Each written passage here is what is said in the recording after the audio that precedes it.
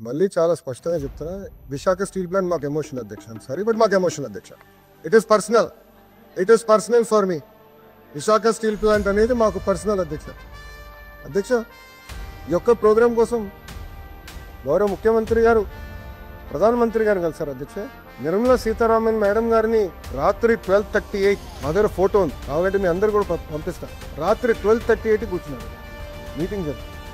ఆ మీటింగ్లో క్లింక్ చేశారు అధ్యక్ష. రివైవల్ ప్యాకేజ్, ప్రైవేటీకరణ జరగకూడదు, ఇది మా ఆంధ్రుల హక్కు, మాకు ఎమోషన్స్ అటాచ్ అయ్యి ఉంది, కాపాడాలని మేము రిక్వెస్ట్ చేస్తే ఆ రోజు కుమారస్వామి గారు, సీతారామన్ మేడం గారు, ప్రధానమంత్రి గారు ముగ్గురు కలిసి ఏకంగా విశాఖ ఉక్కుకి పెద్ద ఎత్తున నిధులు కేటాయించారు, ఆదుకున్నారు అధ్యక్ష. ఇది మా ప్రభుత్వానికి ఉన్న చిత్తశుద్ధి అధ్యక్ష. మేము ఎప్పుడు ఢిల్లీకి వెళ్ళినా ఆంధ్ర రాష్ట్రం గురించి అడగంగా తప్ప సొంత ప్రయోజనాలు, సొంత కేసులు అవి మాఫీ చేసడానికి ఏనాడు మేము ఢిల్లీ గడపలు తొక్కలేదు అధ్యక్ష. On record I want state అధ్యక్ష, 11,500 కోట్ల రూపాయలు కేటాయించిన దాంట్లో ఇప్పటికీ 9,800 కోట్ల రూపాయలు RINL అకౌంట్లో డిపాజిట్ చేసిన ఘనత కూడా ఎన్డీఏ ప్రభుత్వానికి అధ్యక్ష.